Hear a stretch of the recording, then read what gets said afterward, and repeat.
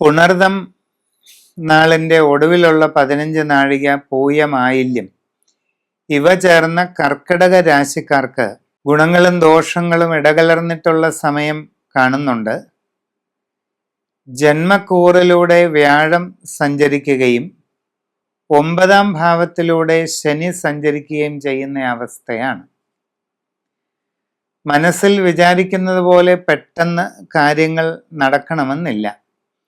അപ്രതീക്ഷിത തടസ്സങ്ങൾ പല കാര്യങ്ങളിലും ഉണ്ടാകാം. സാമ്പത്തിക ഇടപാടുകളിൽ കൂടുതൽ ശ്രദ്ധ വേണം. പാഴ്ചെലവുകൾ ഉണ്ടാകാതെ കരുതലെടുക്കുകയും വേണ്ടതാണ്. ജോലിക്ക് ശ്രമിച്ചുകൊണ്ടിരിക്കുന്നവർക്ക് ഒരൽപ്പം കാലതാമസം വന്നേക്കാം. ശ്രമം തുടരുക.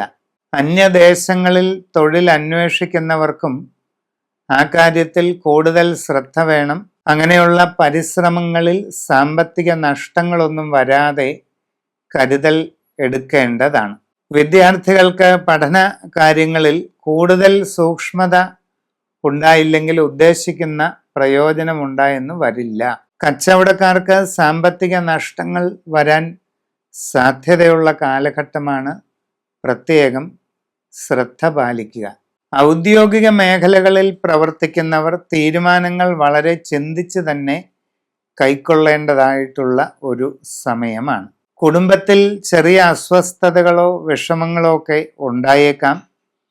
വളരെ ശാന്തതയോടെയും ശ്രദ്ധയോടെയും കൈകാര്യം ചെയ്യുക. സംഭാഷണത്തിൽ വേണ്ടത്ര മിതത്വവും കരുതലുമൊക്കെ ശീലിക്കുന്നത് നല്ലതാണ്.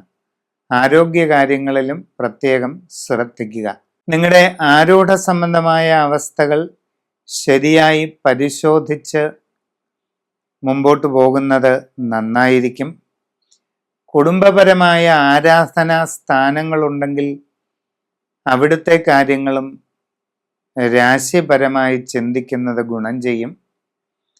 അതുകൊണ്ട് സമഗ്രമായ രാശിചിന്തയിലൂടെ വസ്തുതകൾ അറിഞ്ഞ് മുമ്പോട്ട് പോകുന്നത് നന്നായിരിക്കും.